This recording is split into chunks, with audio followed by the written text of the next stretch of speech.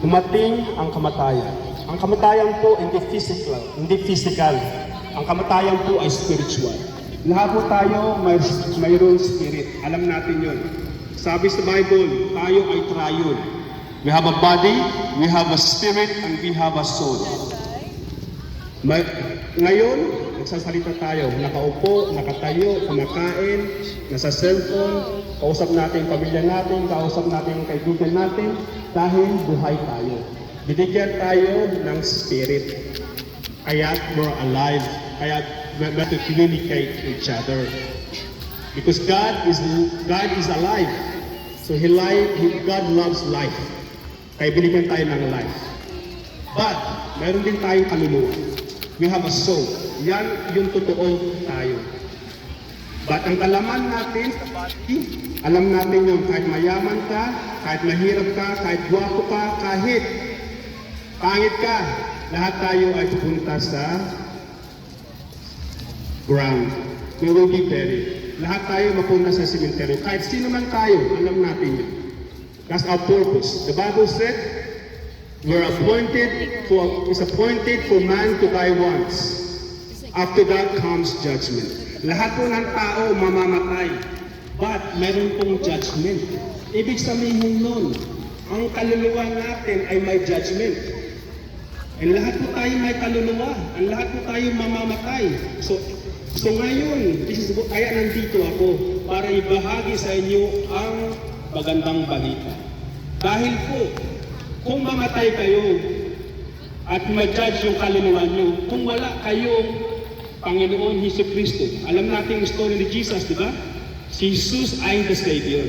Bakit ba si Jesus is the Savior of humankind? The Bible said in John 3:16, "For God so loved the world, that He gave His only begotten Son, that whosoever believes in Him shall not perish, but have everlasting life." Whosoever, kahit sino man, ay hindi mamamatay spiritually, but have everlasting life. That is a promise of God. Lahat po tayo nagpo-promise, laging broken promises. But when God promises, it never breaks. Hindi yan masisira.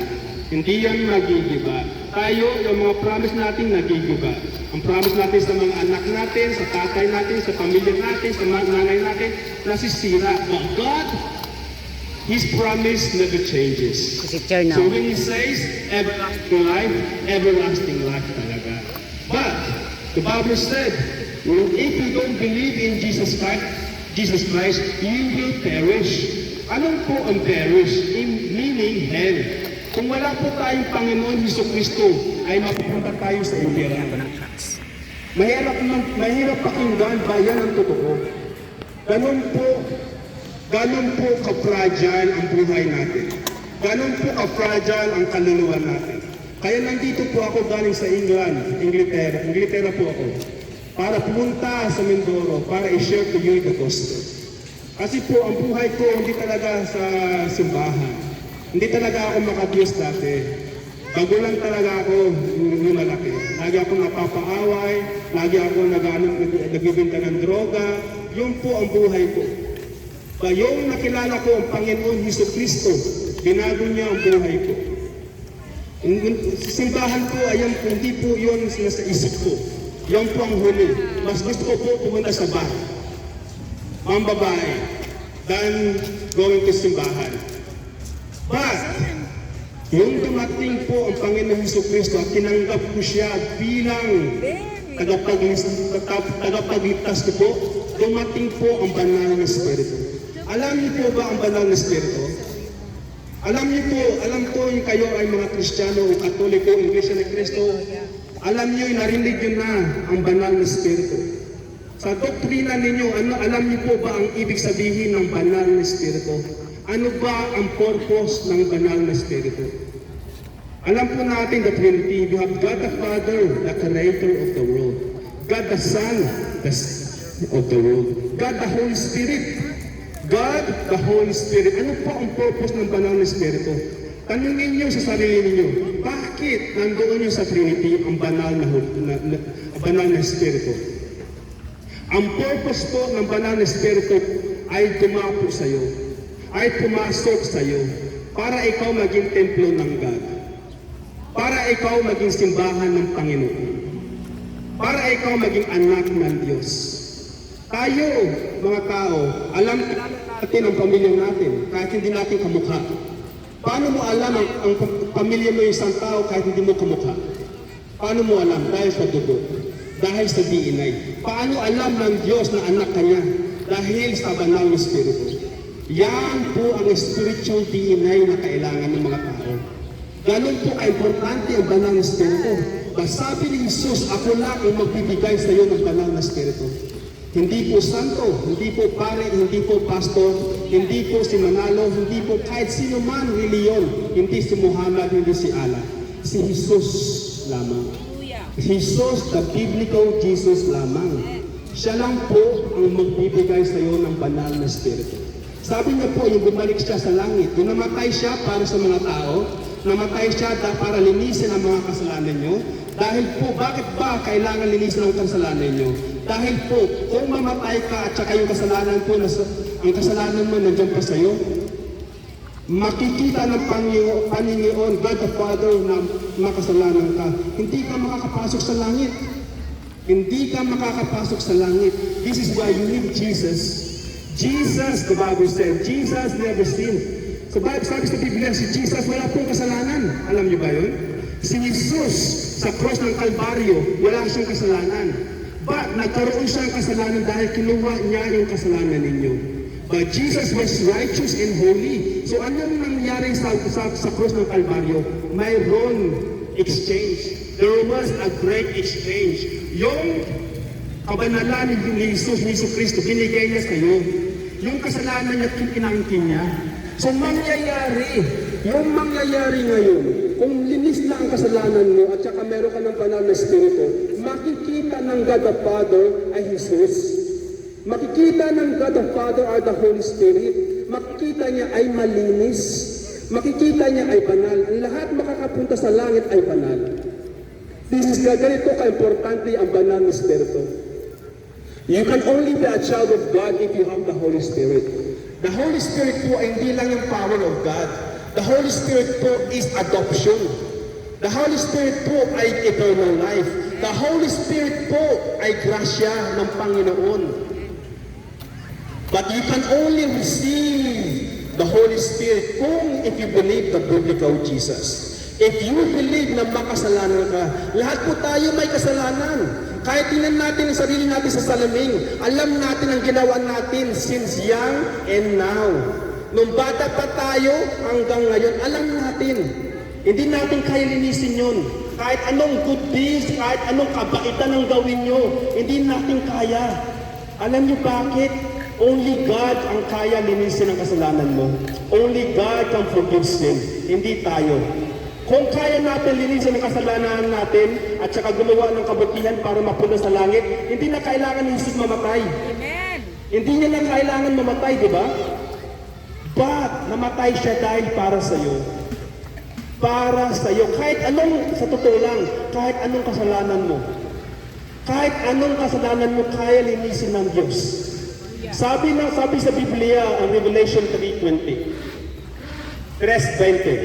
Sabi niya, behold, sabi ni Jesus, behold, I come at the door and knock. If anyone hears my voice and open the door, I will come in and I will share a meal with you. I will dine with you. Sabi ni Jesus, nakakalap daw siya ng pintuan, knocking. He's knocking. Kumakatok siya sa mga puso ninyo. Kung marinig niyo siya ngayon, buksan niyo ang puso niyo at saka papasok siya sa iyo. At saka, mag-ano pa siya, mag-dinner with you. He's gonna share a meal with you. Ibig sabihin nun, ang Panginoon Jesucristo gusto ng relasyon. Amen. Hindi reliyon. Gusto niya ng relationship. Gusto niya na mayroon kang communication. Paano ka magkakaroon ng communication sa Panginoon? Kung ikaw taga-lupa ay siya taga-langit. Paano ka magkakaroon ng Wi-Fi password? A communication. You need the password, right? Kailangan mo magkaroon ng connection but there is a password. The password is the gospel. The gospel, the good news, the life, death, resurrection of Jesus Christ. Yan po ang password. Yan po ang password na magkaroon kayo at maniwala kay Hesus Kristo. Marami pong Hesus Kristo sa mundo. Alam niyo ba yun? Marami pong Hesus Kristo sa mundo. But the Bible is the true Jesus Christ. Amen. Si Jesus Christ po ay namatay para sa iyo, para magkaroon kayo ng buhay na walang hanggan. Ang ibang Hesus Kristo po, sabi nila si Jesus never died. Si Jesus ay isang propeta lang. Si Jesus ay tao lang, ay teacher lang. Hindi po yan ang sabi sa Biblia. Jesus is the Savior of the world. Jesus is your salvation. Jesus is your grace. Jesus is the way, the truth, and the life. Siya po yung daan, siya po ang totoo, and siya po ang magbibigay ng buhay na walang hanggan. Yan po ang Jesus na pinipreach ko ngayon. If you believe in Jesus, alam ko po tayo, mga Pilipino, maka-Diyos tayo. Alam ko yun. Dahil we are in a Christian country. We are in a Christian country. This is why I'm here. May problema lang, wala po tayong direction. Mayroong missing link. Mayroong missing link na para magkaroon tayo ng relasyon sa Panginoon. Ang missing link po ng kailangan natin para magkaroon ng communication na white password po is the banal, the Holy Spirit. Yan po ang missing link na kailangan natin. Kung hindi nyo po kilala ang banal na Espiritu, ibig sabihin ito, wala po kayo nun. Kung wala po kayo banal na Espiritu po, kung mamatay kayo ngayon, papunta kayo sa impyerno. Amen. Dahil po, kung mamatay kayo ngayon, makikita ng God the Father ay kasalanan, hindi sarili niya, hindi Espiritu niya. We're from below, God is from above. The only way we can have the standard of God is have the Spirit of God. It's have Jesus' righteousness, Christ's holiness. Nandito po ako ngayon dahil kaya nyo tanggapin ang banal na Espiritu. Kaya nyo tanggapin ang grasya ng Panginoon. If the Word of God is speaking to you right now, kung kumakatok ang Panginoon si Kristo sa iyo ngayon, sa puso nyo, tanggapin nyo siya. Grab it ng both hands. Grab it. Dahil po, it's too late. Kahit mga bata pa tayo, anything can happen. Anything can happen in this world. This world is corrupt. Sa sobrang corrupt ng mundo, alam natin yan. The Bible said, the eyes gives light to the body. If the eye is good, the whole body is filled with light. But if the eyes is bad, the whole body is filled with darkness. Alam natin, nakikita natin ang mundo, naririnig natin ang mundo. Hindi maganda. It's not good. Ano kaya ang mangyayari sa atin kung naririnig at nakikita natin yun? It will mold us to be that wrong person. It will mold us to hate the word of God. To love the world, love yourself. Yan po ang binibigay ng mundo is love yourself. No. The Bible said love God.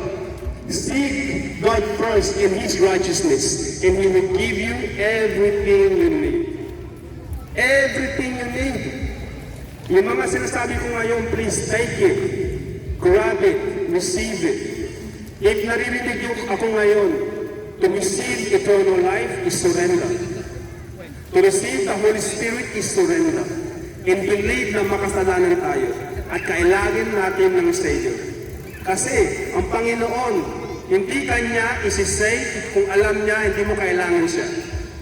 Hindi Kanya isi-save kung alam niya you're not in danger. Kailangan niyo po to understand we are in danger right now. That yung nilalakaran natin is very, very fragile. Kaya po masira. We're walking in glass right now. Naglalakad tayo sa glass. Anytime, it can crack. Kaya siya mabasag.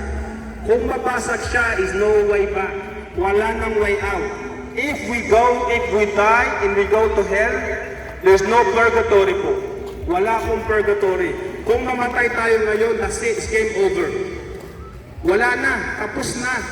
Yung santo-santo, yung kahoy, semento, hindi po yun magsasalita para sa'yo. Amen. May mata, hindi nakakakita. May bunganga, hindi nakakapagsalita. May taenga, hindi nakakarinig. May kamay, hindi nakakahawak. May paa, di May paa, hindi nakakalakad. Come on, it's logical. Diba? It's very, very logical. Hindi ko na kailangan sabihin yun. Hindi ko na kailangan i-repeat myself because it's true. Masakit ba? Dahil totoo. Truth hurts. But paano malalaman ng tao kung walang magsasabi? Kung naliligaw ang isang tao, kailangan ng direction. Kaya nandito po ako to guide you to the truth. To guide you to Jesus. Hindi ako nag-guide sa reliyon, nag-guide ako sa Bible. Ginaguide ko kayo sa Biblia, kay Jesucristo lamang. At saka si Jesus na ang magtuturo sa iyo. Let God teach you. Okay? Let God teach you. Kung naririnig ko ako, kung naririnig niyo ako ngayon, if you hear me right now, if you want to surrender kay Jesus Christ, kahit sino ka man, alam natin may kasalanan tayo. If you want forgiveness, if you need Jesus right now, if you need Jesus right now, kahit sino ka man, kahit anong kasalanan mo ang ginawa, kaya ka tanggapin ng Panginoon. Ang kailangan mo lang is surrender. I-surrender niyo lang po ang buhay niyo. Yun lang po ang kailangan niya. Ang Panginoon Jesucristo ay tatanggapin ka.